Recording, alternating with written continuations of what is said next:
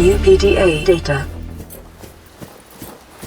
Picking up multiple energy signatures on the island's surface.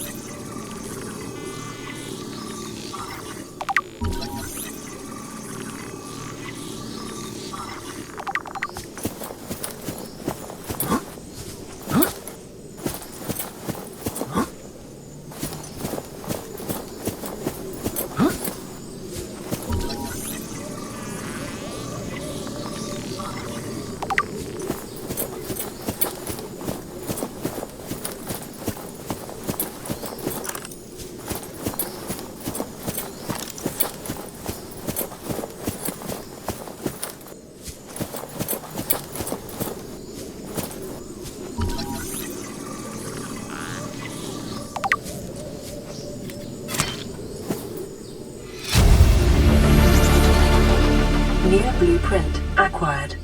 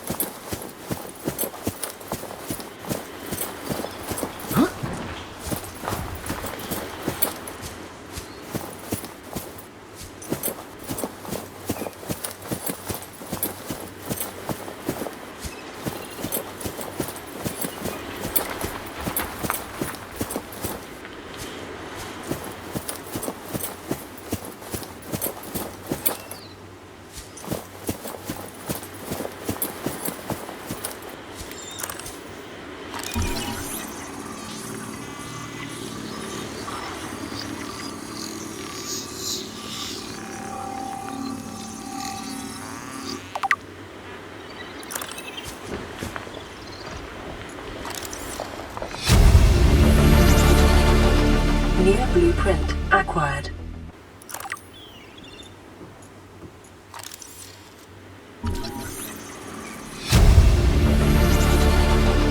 Near blueprint acquired.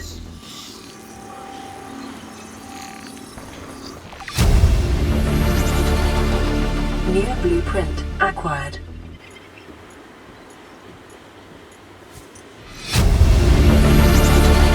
Integrating new PDA data.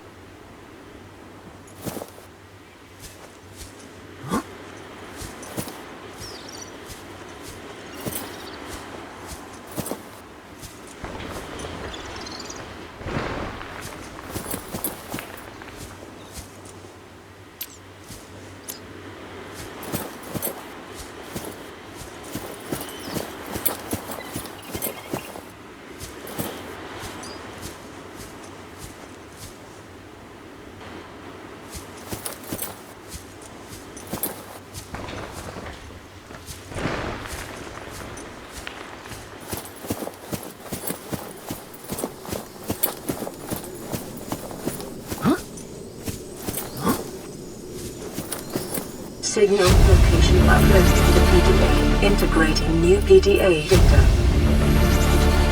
Integrating new PDA data.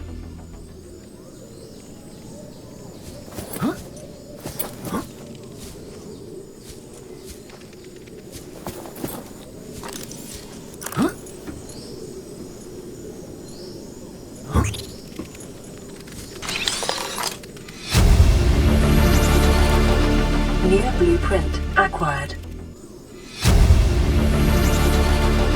New blueprint acquired.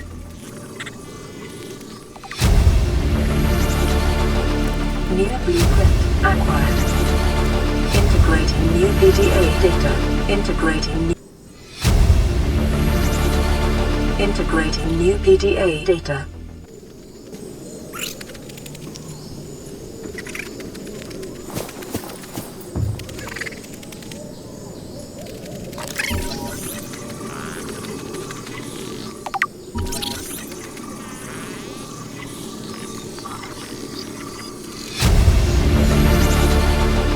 New blueprint acquired. New blueprint acquired.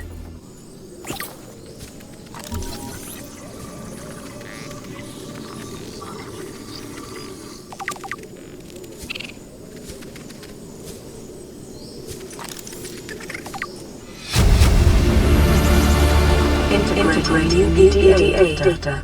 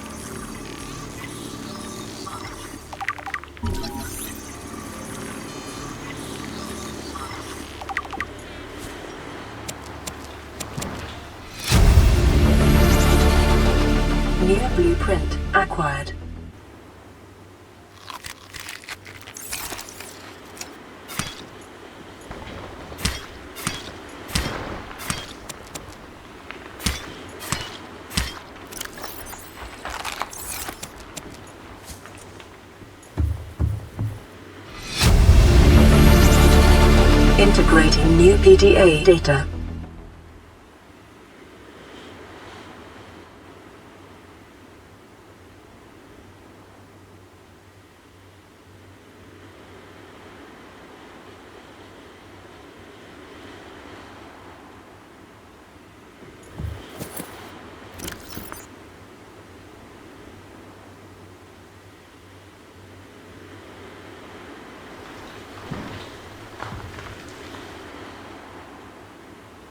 We have to board the Aurora, repair the long-range comms, make contact with the other survivors.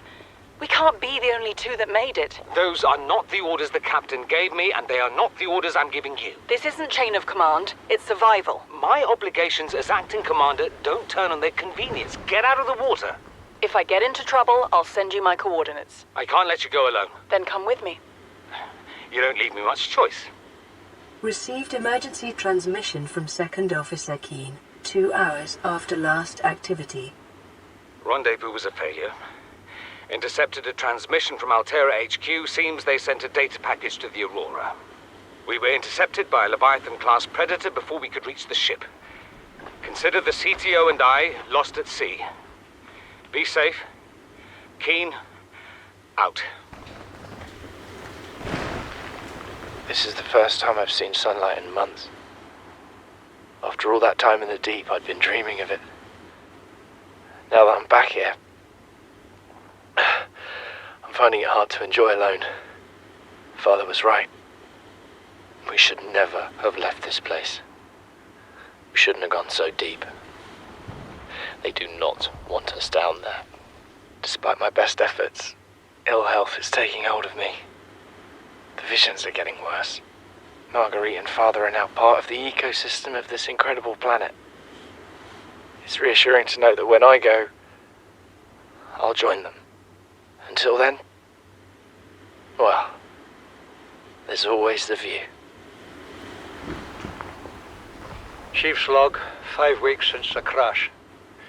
The only other survivors are my son, Bart, and Maida, the cut-price mercenary I commissioned for the journey. After days drifting in the life pod, rain hammering on the roof, the weather cleared and we washed up here. I had Maida salvage the Degasi wreck, set Bart to finding us a stable source of food. His education is paying off sooner than I'd anticipated. Our only problem is Maida. She says the weather's going to turn. I say she's finding excuses to risk our lives. I imagine she's not going to weaken her life without a physical altercation, and she's itching for a fight. In every judgment she makes, things go from bad to worse. If she had my experience, she'd have more faith. Humans have spent millennia specializing in how to shackle nature to our will. This planet won't cause us any new problems. My one task now is to keep us alive, as comfortably as possible, until the insurance company arranges rescue. In this part of space, that could be months, or even years.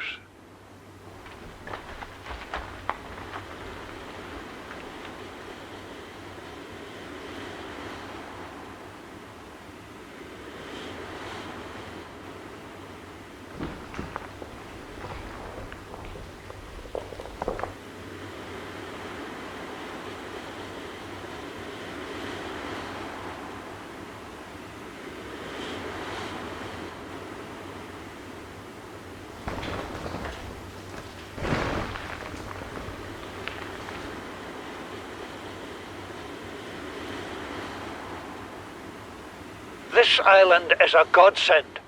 Look out of the window. No predators, fresh food. No building materials, nothing left of the ship, and your kid says we're gonna starve without more grow beds. Speak up, kid. It's true, Father. The natural growth rates are too slow to keep supporting us. All I'm saying is ocean's got us surrounded. No use hiding. Sooner or later, we'll get our feet wet. The rest of your life may have been a fight, Maida, but I've made my decision. You want to forfeit your emergency pay to take a swim? Go ahead. Believe me, I'm thinking on it. Son, I said wait for the storm to pass. Your life's more valuable to me than a plant patch. You stopped being in charge when the ship you were captaining sunk. I'll stop being in charge when you take charge of yourself. Say, Chief. Chief, What? you know how to drain those grow beds of 40 tons of stormwater? Or how to conjure food from the air? I know how to prioritize. I'm just saying, if that's so, what's your boy's life worth to you today? If tomorrow you're gonna be so hungry you start wondering what he tastes like, let him go deal with the plants. Son, go deal with the plants. Bard, Torgal has disembarked the habitat. Interfere with my family again, and when rescue arrives, I will leave you here. Do you understand me? No rescue coming, Chief. Not in time. And no staying here neither. This rain keeps falling, sooner or later this place will be buried. Only choice we got is whether to get buried with it. You see, Chief, you brought us to this sodden planet. Told us we'd see a lush payday. Now what do we got some 6 weeks later? A dead crew, a habitat that's half buried, food washed away. I suppose the executive decisions would be better left to someone with your extensive experience of hitting people in the face. I know enough not to take unscheduled detours to uncharted planets. That's something you don't want to learn the hard way. Easy to judge a decision in hindsight. Harder to come up with a plan of your own. Got one already. We take what we can carry and hunker down in a cave somewhere. I scouted a site, a couple 100 meters deep, lots of metal deposits. How do you imagine we'd live? With ready access to building materials, like damn queens, a couple of water filters, a bioreactor, fresh fish. But Chief, we'll eat seaweed salad and drink our own urine if that's what it takes. All that matters is, do you got something better? Send the coordinates to my PDA.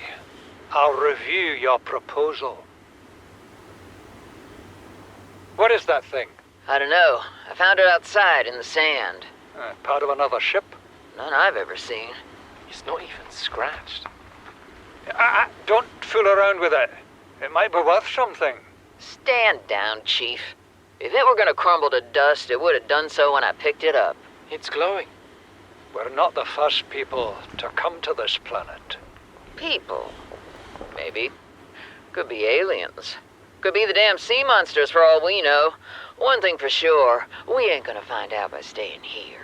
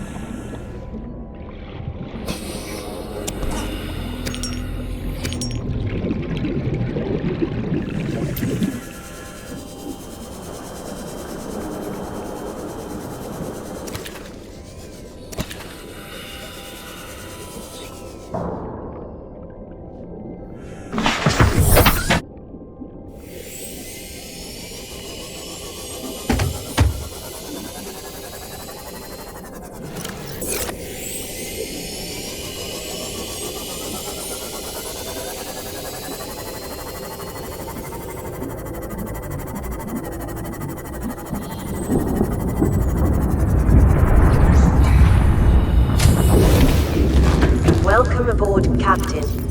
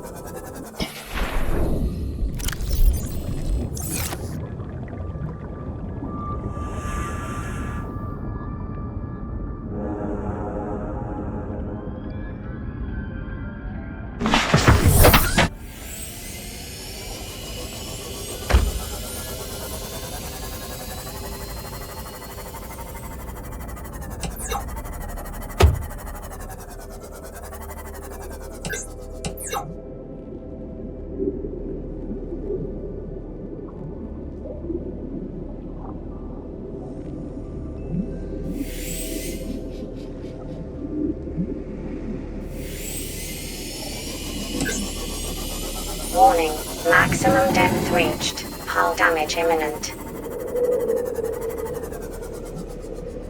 Passing 100 meters.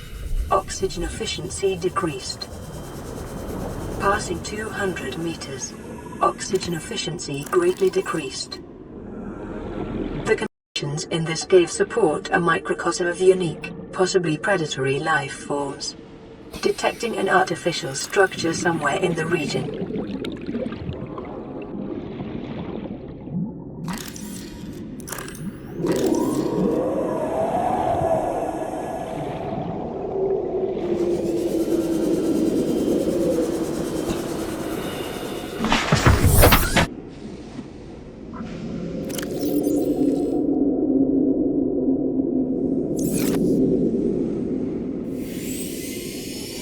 Warning, maximum depth reached. Hull damage imminent.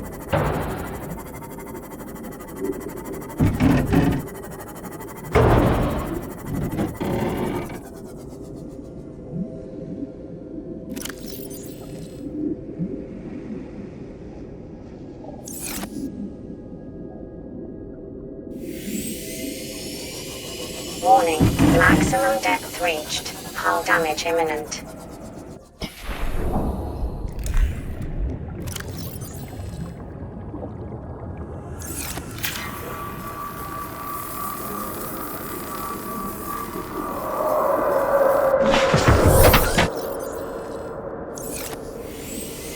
Warning, maximum depth reached. Hull damage imminent.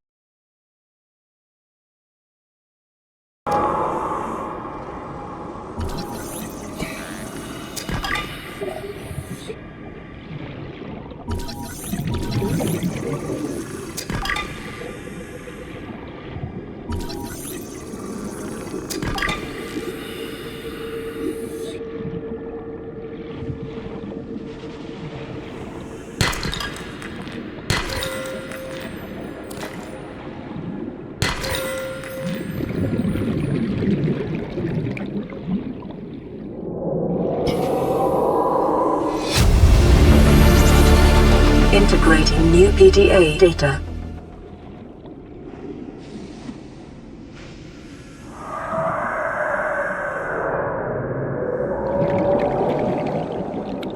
Signal location uploaded to PDA. Integrating new PDA data. Integrating new PDA data.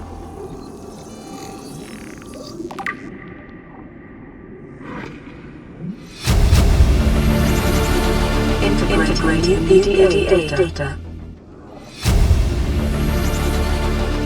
New blueprint acquired.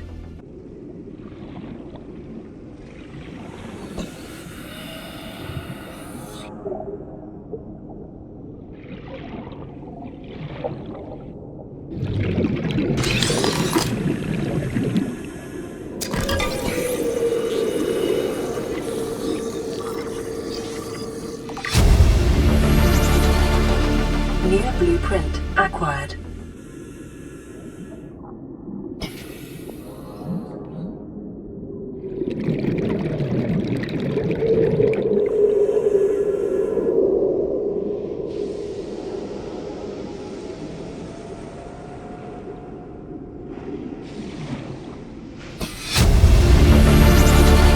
Integrating new PDA data.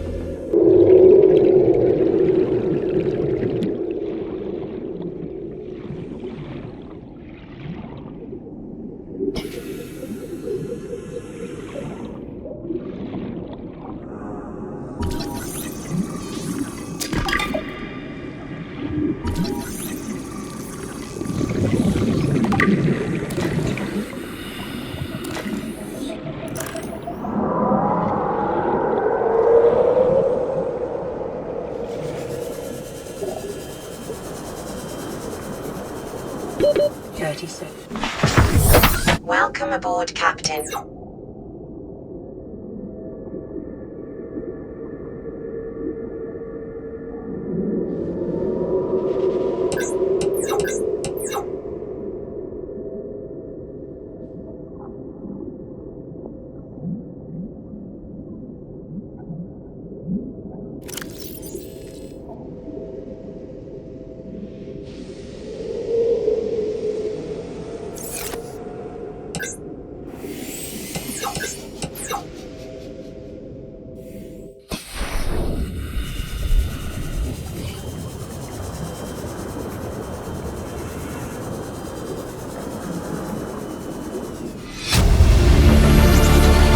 Integrating new PDA data.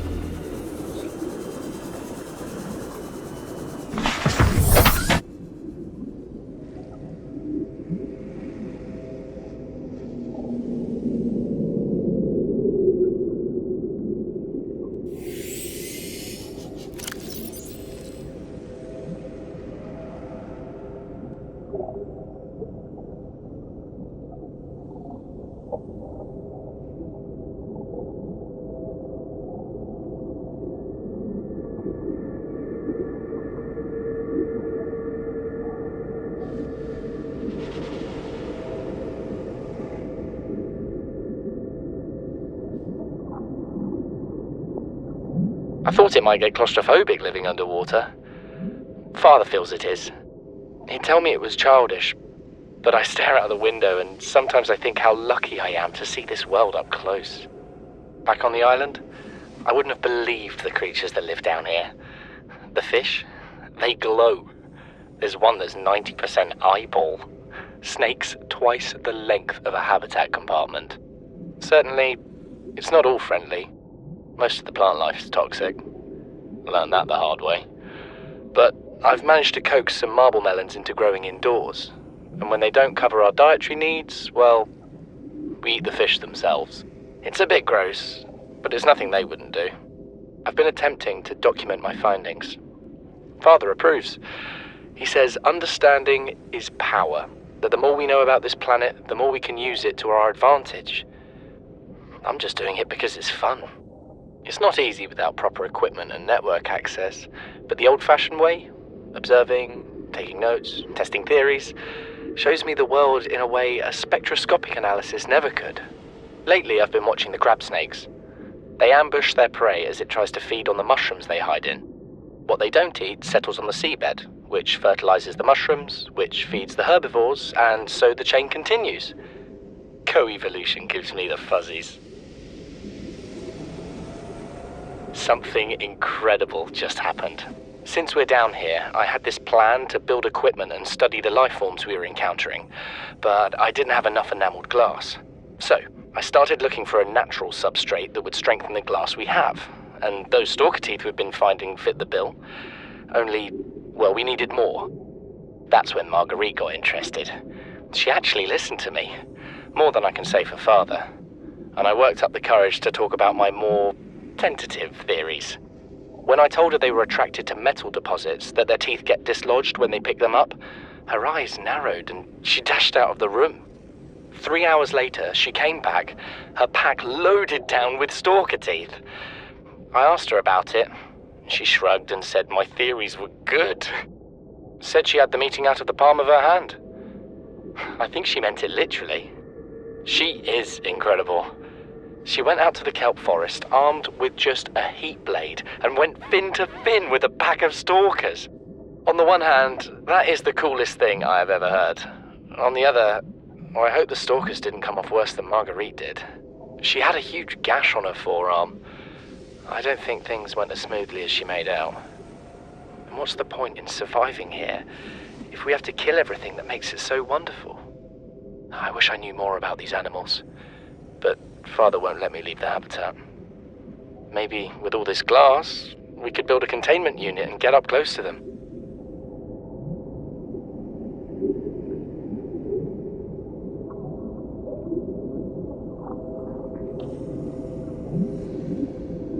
You know what Maida told me today?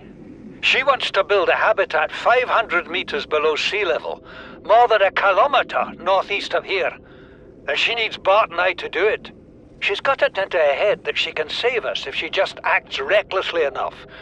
But I've hauled Star Wars to Neptune, Plasteel to the Federation. This family operates 9 different mining colonies across the Ariadne Arm. Maida thinks she's better suited to lead. Her contract still says otherwise. But I just cannot damn well tell whether it's the stupidest idea I ever heard, or my only hope. I turned 80 years old last week. I thought I had another 80 in me, but marooned on this planet, there's no swapping out of my liver when the old one fails. Here, I'm mortal. And Maida is useful. So, it's my responsibility to make a decision. Return to the island and hope whatever knocked the Degasi out of the sky won't do the same to the rescue ship. Or take us deeper in search of answers. And all the while be hoping old age gets me before the sea monsters do. I'll give Maida just one thing. She was right about these caves. There's enough lithium there to fabricate 100 tons of plasteel. Enough for a damn fleet of Cyclops submarines. There was nothing anyone could have done to avoid crashing here. But I was right to order the detour.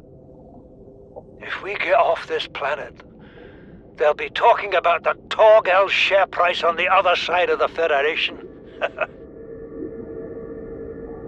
Son, there is always a pecking order. And in our world, money makes a hierarchy. I pay Maida a fraction of what I pay you, and you a fraction of what I pay me. If money makes the hierarchy, why is Marguerite making the decisions? We need her. We let her think what she likes, so long as she does what she's told. What if she doesn't? For enough money, she will. People always do. These conniving corporate bourgeois, inbred, incompetent, self-absorbed jerks don't have a damn clue. The kid's not so bad. He's even useful. But I swear, everything that comes out of his father's idiot face is a narcissistic lie. He wants to stay in this cave? His problem. I'm the one doing the heavy lifting. When sea monsters are hunting you, you don't hide. You hunt the sea monsters. Then you build a bigger boat out of sea monster bones and you hunt bigger monsters. Keep going until there aren't any monsters left to hunt you. I'm going deeper. I'm gonna find what shot us down and I'm gonna tear its damn heart out. I've started the prep work. The kids taught me how to make enameled glass. I've started stockpiling metal ores to build myself a sea moth. I'll raid the indoor grow beds before I leave.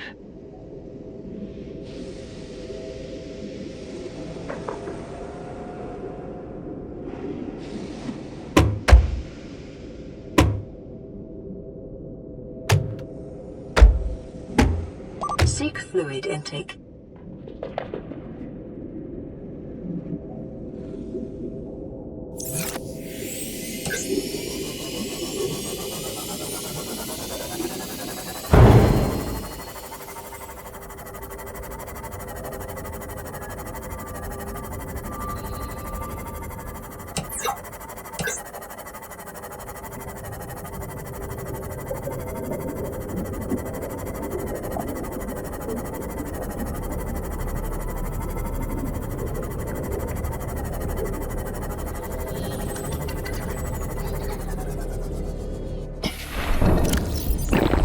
Vital signs stabilizing.